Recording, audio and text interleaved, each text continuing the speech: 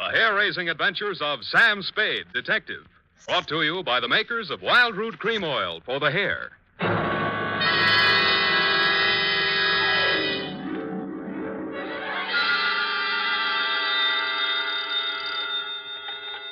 Sam Spade, Detective Agency. It's me, Effie. Oh, Sam, I've been worried about you.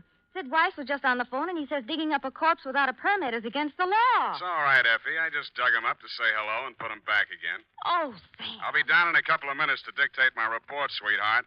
If I get lost on the way, you'll find me in City Hospital, the Psycho ward, third straitjacket from the left.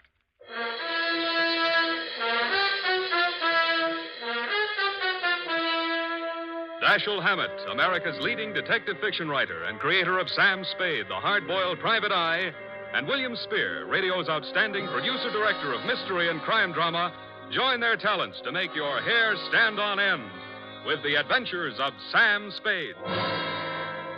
Presented each week by Wild Root Cream Oil, the non-alcoholic hair tonic that will put your hair back in place again, grooming it neatly, naturally, the way you want it. Fellows, if a girl can spend half an hour under a hot dryer in a beauty parlor to look her best for you, certainly you can spend half a minute sprucing up with Wild Root Cream Oil hair tonic to look your best for her. Now, that's all it takes, and Wild Root Cream Oil grooms your hair neatly and naturally, the way girls like to see it. Besides, it relieves dryness and removes loose dandruff. There's not a drop of alcohol in Wild Root Cream Oil. It contains lanolin. So get the big economy-size bottle at your drug or toilet goods counter. And now, Wild Root brings to the air the greatest private detective of them all in The Adventures of Sam Spade.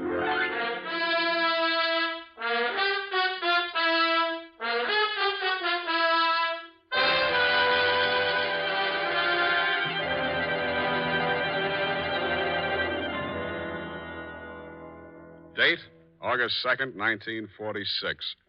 To Mrs. Gregory Denoff. Subject, death of Dr. Denoff. I was sitting in my office with nothing to think about except a horse named Corkscrew Jr. My secretary, Effie Perrine, came in and said there was someone outside.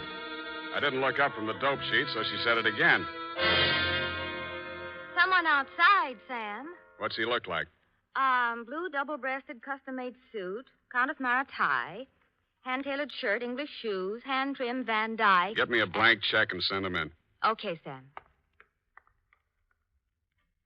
Please come in. Mr. Spade will see you now, sir. Thank you. You are Mr. Spade, Sam Spade. What can I do for you? I'm Dr. Gregory Denoff, a psychoanalyst. I need your help. Lie down, doctor, and tell me all about it. I see you might also be noted for your sense of humor as well as your discretion. Who told you I was discreet?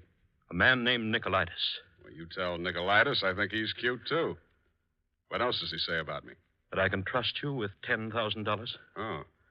Is this Mr. Nicolaitis one of your patients? No, he isn't. As a matter of fact, he's gotten possession of some private records of mine. Well, it's rather involved. Nicolaitis is shaking you down, and he picked me as the middleman. Is that it? This is not an ordinary case of blackmail. Blackmail is blackmail, even if you do it in Technicolor.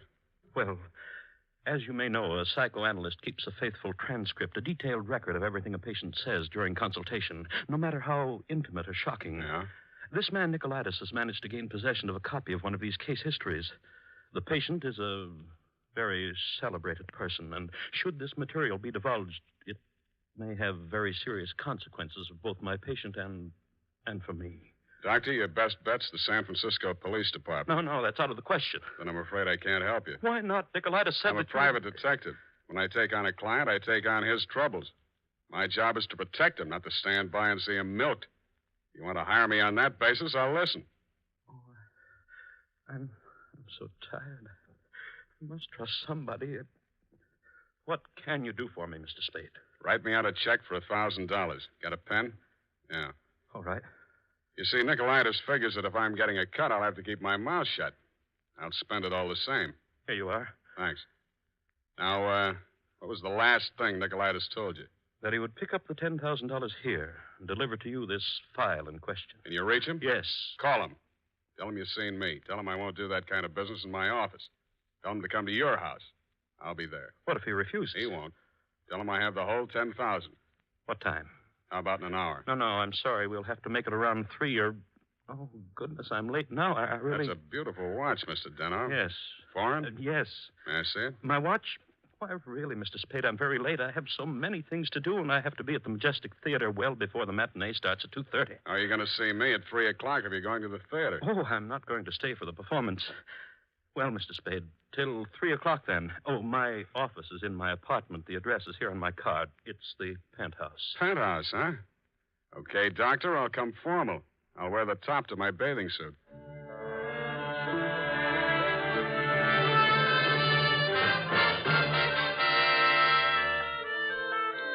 I left my office around 2:30 and started walking up Nob Hill.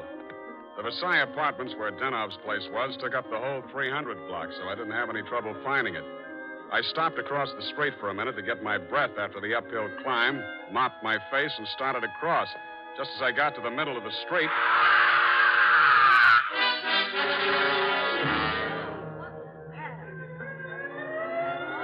The crowd was packed in so close around I couldn't see who'd done the Brody, but I had a pretty good idea. The cops had the sidewalk roped off and guards posted at the building entrance. It took me maybe 20 minutes to elbow my way through and show my credentials.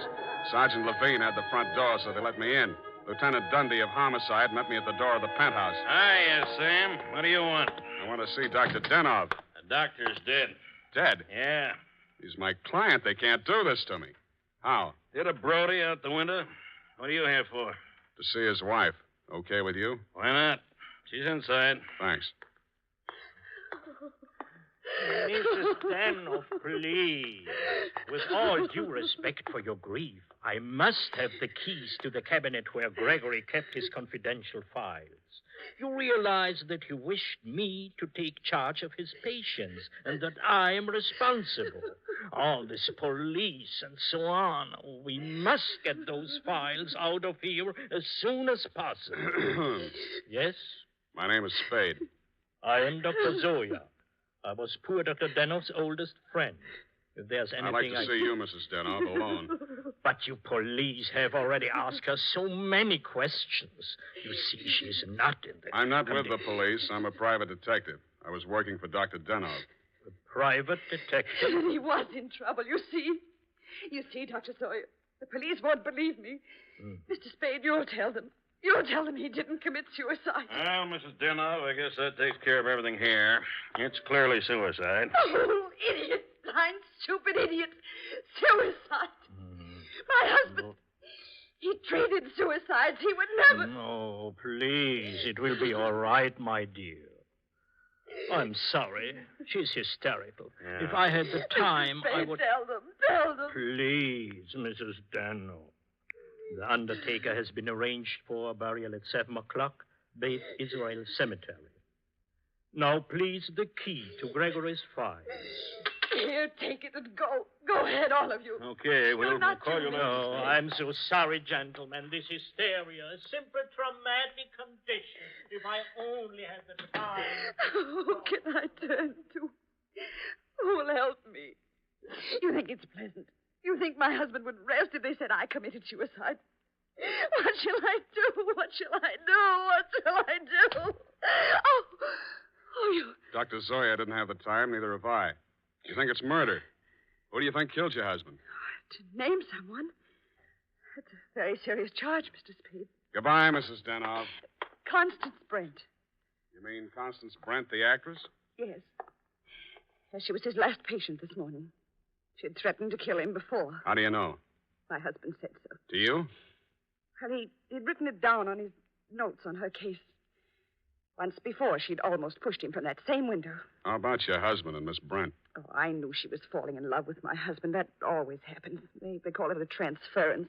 But in this Your case... husband told me Miss Brent was acting in a play this afternoon over at the Majestic. Yes, Midsummer Night's Dream. But she was here. I know she was here. Miss Ray, the receptionist, was coming back from lunch when she heard voices arguing inside. And she was sure it was Miss Brent's voice. Show me the doctor's case history on Miss Brent. I can't. It's missing. As soon as it happened, I went to the files. I meant to show it to the police. Who could have taken it? Constance Brent was the last one in that room before he died. Yeah. When did you see Nicolaitis last? Nick, who? Skip it. Where can I reach you in case... For the next couple of hours, I'll be at the Majestic Theater. I want to see how good an actress this Constance Brent is.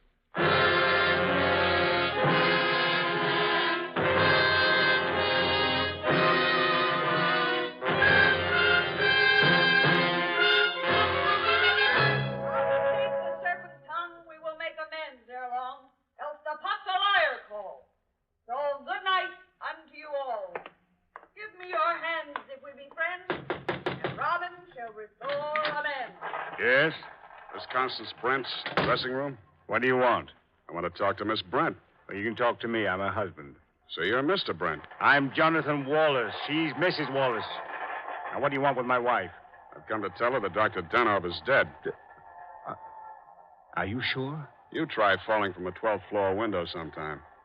Well, that's the best news I've heard this year. But I'm afraid it will be a shock for Constance. Maybe, maybe not. She was the last person to see him alive, as far as anybody can make out.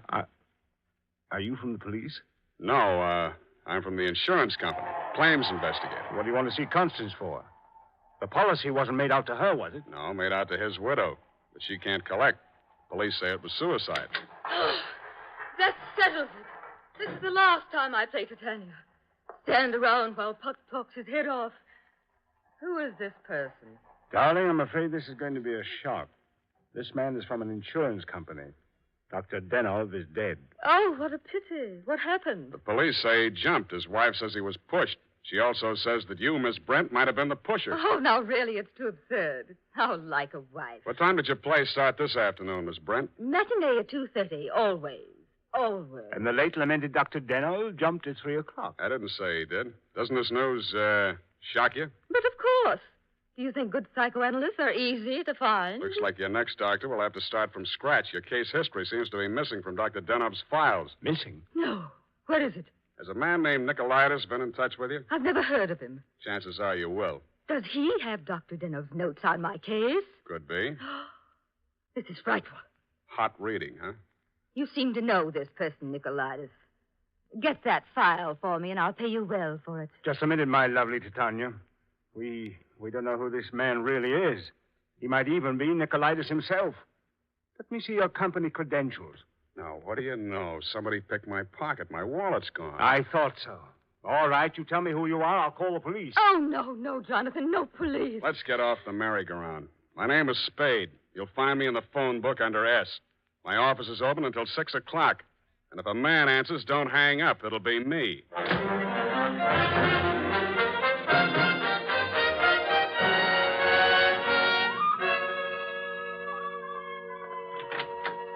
Hello, Effie. You found a Nicolaitis yet? Not one. I even tried spelling it backwards. Nobody ever heard of a man named Nicolaitis. I'm beginning to think there ain't no such person.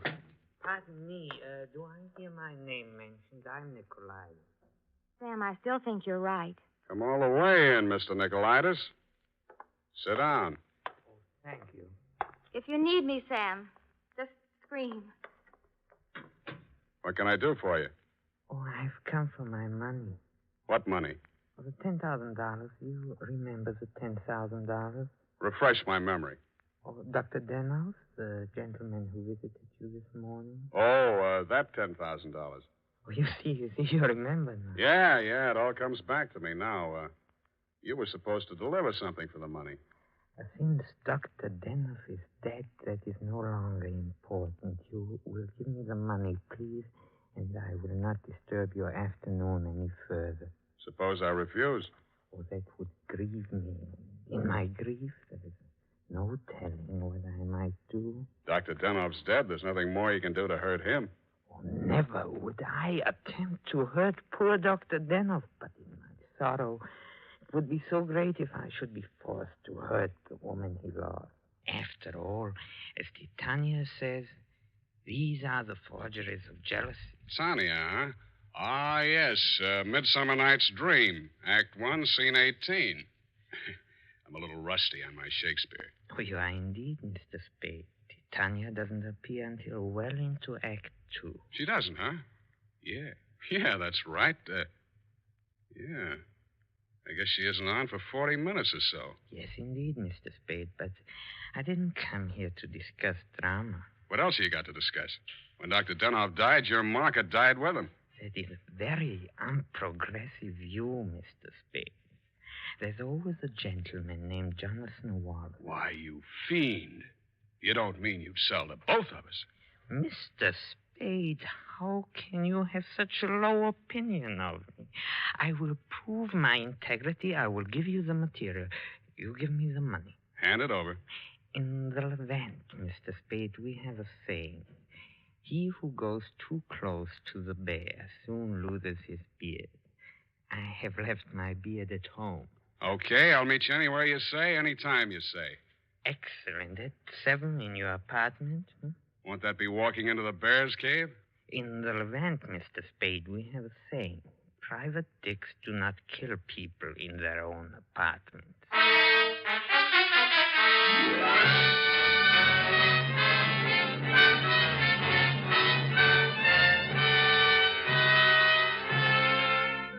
It was then 6 p.m.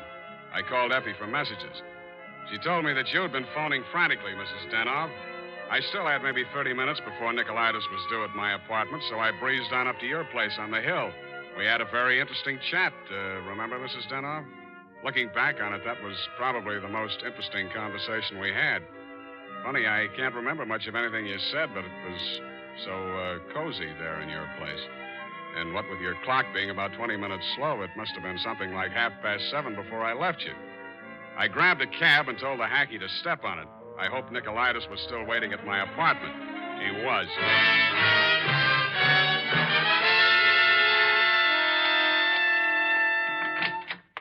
Mr. Nicolaitis, I'm sorry to be late.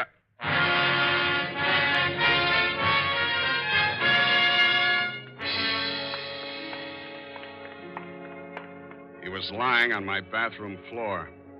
The little guy was looking just about as natty as when he'd been in my office, except that the beautiful silk scarf he'd been wearing was twisted into a tight noose around his neck.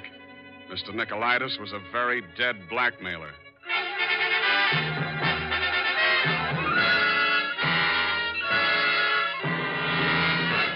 The makers of Wild Root Cream Oil are presenting the fourth in a new series of programs bringing to the air for the first time the adventures of Dashiell Hammett's famous private detective, Sam Spade.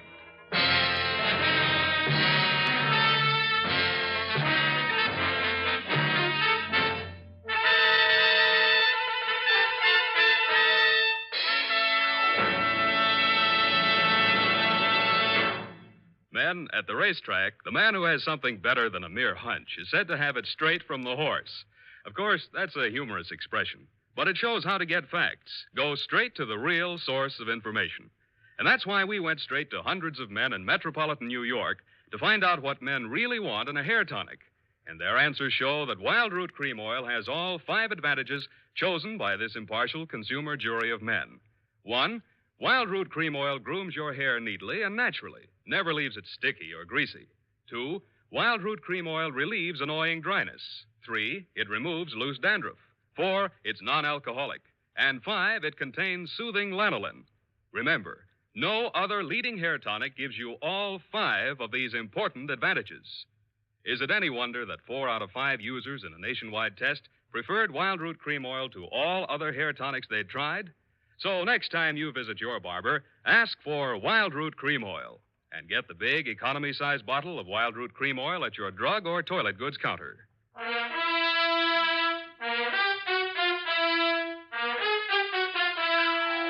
And now, back to Sam and Psyche. Tonight's adventure with Sam Spade.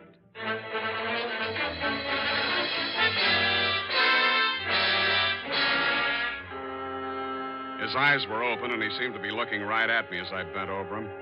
The finger marks in his throat were too blotchy to be of any use. Pretty soon, Lieutenant Dundee and Sergeant Polehouse came in and walked over behind me. We all stood there for a second, and then Polehouse bent down and closed those eyes. You know him, Sam? His name is Nicolaitis. That's all I know about him. What did he come here to your place for? I don't know. You invited him? I wouldn't have been surprised to find him here, but not like this.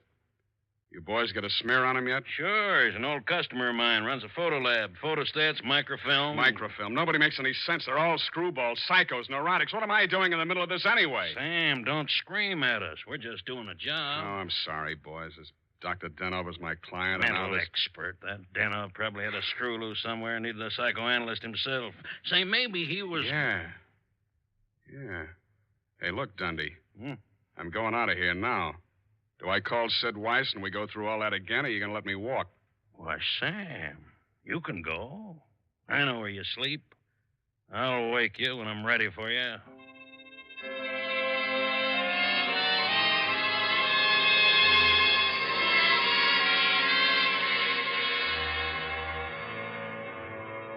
Well, Mr. Spade? I want some answers, Dr. Zoya, and you're the guy who can give them to me. I'm listening. Just let the questions flow into your mind and do not try to repress any of them. Speak instantly, whatever. Okay, question number one, without thinking. Do you think Dr. Denoff was a suicide? Well, I had not seen Dr. Denoff for many years. He had been my student in Vienna. I was his analyst, in fact. That's all very interesting, Doctor, but my question. Yes. Did poor Dr. Denoff commit suicide? I have reviewed all the material, manifest and hypothetical, and I came to the conclusion, no, it was quite impossible. You see, these paranoid and Okay, traumatic... question number two. Was Dr. Denoff in love with Constance Brent? I suppose I can now answer that question. When I arrived in San Francisco, I found him in great distress. He told me he feared he was losing his objectivity towards this patient. In other words, he was in love with her. Yes. You think she might have murdered him? All psychoanalytical subjects develop aggressive feelings toward the doctor. Nearly all of my patients have threatened me at one time or another. You don't say. Tell me, Dr. Zoya, you know anything about Jonathan Wallace, Miss Brent's husband? A violent type, almost psychotic. Yeah? How about you, Dr. Zoya? Could you have done it? That is a most interesting question, Mr. Spade. When I arrived here from Vienna without funds, dependent on the kindness of my former students, I must confess that I felt a certain antagonism. It disturbed me to realize that a man of my standing in the profession should be dependent on the goodwill of a younger and, I sincerely believe, less gifted man. However, I overcame this, and I didn't kill him. Yeah. Well, Doctor, thanks a lot. Oh, Peep. Truly a life study. There is no accounting. For instance, Dr. Denoff. He came to me only this afternoon with the strangest request. Yeah? He gave me the gold watch which I had presented to him many years ago upon his graduation in Vienna. He had a patient waiting, and so had not much time to explain. Where is this watch? Please, I'm coming to that. He asked me to promise that I would have the watch buried with him if something should happen. That has been done. But Dr. Denoff just died at 3 o'clock. It is a Mosaic law that the deceased be buried before sundown. Uh-huh. Thanks, Doctor. Thanks a lot. I hope I've been of some help. Doctor, you'll never know how much you've helped me.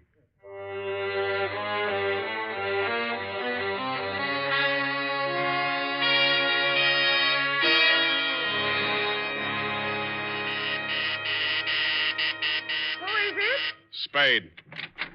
Oh, what's happening? I think I got the answers, Mrs. Denoff. That file on Constance Brent. Your husband knew that you'd been going through it. Mr. Spade. Shut up and listen to me. He took it out of the files, had it microfilmed for his own private records, and destroyed the original. Really? The man who did the microfilming was Nicolaitis. He delivered one print to your husband and kept another for himself. He was murdered in my apartment for the copy he used to shake down your husband. The killer now has that copy, if it hasn't already been destroyed. But we can still put our hands on the first strip of microfilm which you delivered to your husband. This is astonishing. How? It's in the gold watch which was buried with him. Oh, the watch that Dr. Zoya... That's right. Denoff made up his mind that whatever he knew about Constance Brent was going to go to the grave with him. What are you doing tonight? Well, nothing. And we got a date, sweetheart, you and I. I'll be back toward the wee hours. All paths lead to the grave. Ophelia, Act 6. Gregory's grave? But shouldn't we get a court order and have it done properly? The courts don't open until 10 in the morning, sweetheart, and Lieutenant Dundee's going to start asking me some questions about that stiff in my apartment before then. You see, baby, I can't wait.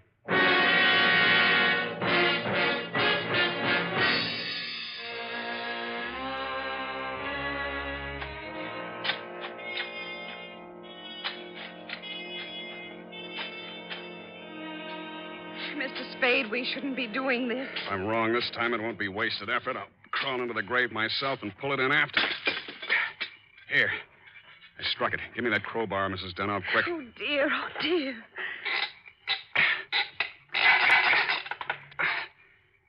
Put that flashlight in, sweetheart. You look the other way. Yeah, here it is. Look. What, Mr. Spade? What have you got? The watch. Here, put the flash on it while I open it. Here's my nail file. Pry off the back. Thanks. That does it. Here's the film. All right, Mr. Spade. Give me that film. Wasn't the second gravedigger from Hamlet, Mr. Constance Brent. Stop clowning and hand it up to me. You better do as he says, Mr. Spade. We've both got guns. I was expecting that. Took you a long time to get here, Mr. Wallace. How did dear Constance make out as Lady Macbeth? Just give me that film. Stop being an idiot, Wallace. The cemetery is crawling with cops. Put that gun away before you drop it and break your foot. Come up out of that grave, Spade, or you'll stay there forever. Okay, Dundee. All right. Get those hands up, everybody. Go ahead, Dundee. Make the pinch. Okay. Sam Spade, I arrest you for body snatching, violation of graves under the Civil Code number... No, you fool. You're supposed to arrest Mrs. Gregory Denoff and Jonathan Wallace for the murder of Gregory Denoff and Pericles Nicolaitis. But I... Oh, yeah. No, you don't.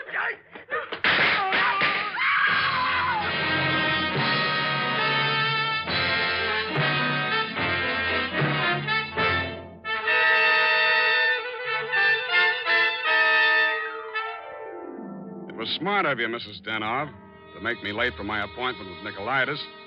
You did that so that Wallace could nail him in my apartment for the microfilm. You thought you could use that film to pin Denoff's murder on Constance Brent. But after your late husband caught you tampering with his files, he added a few well-chosen words to it so that the film put the finger on you and your boyfriend, Mr. Wallace, in case anything happened to the doctor. So Wallace had to kill Nicolaitis. You weren't smart to push your husband out the window. That looked like suicide. You might have gotten away with it, Mrs. Denoff, if you'd bashed your husband's head in with a bottle. That reminds me, Effie, pour me a drink. That all? Sign it, put a special delivery on it, and send it care of the matron to Hatchapee Prison. Go on, have one yourself. Oh, thank you. Here's how. You'll get used to it. Good night, Sam. Good night, sweetheart.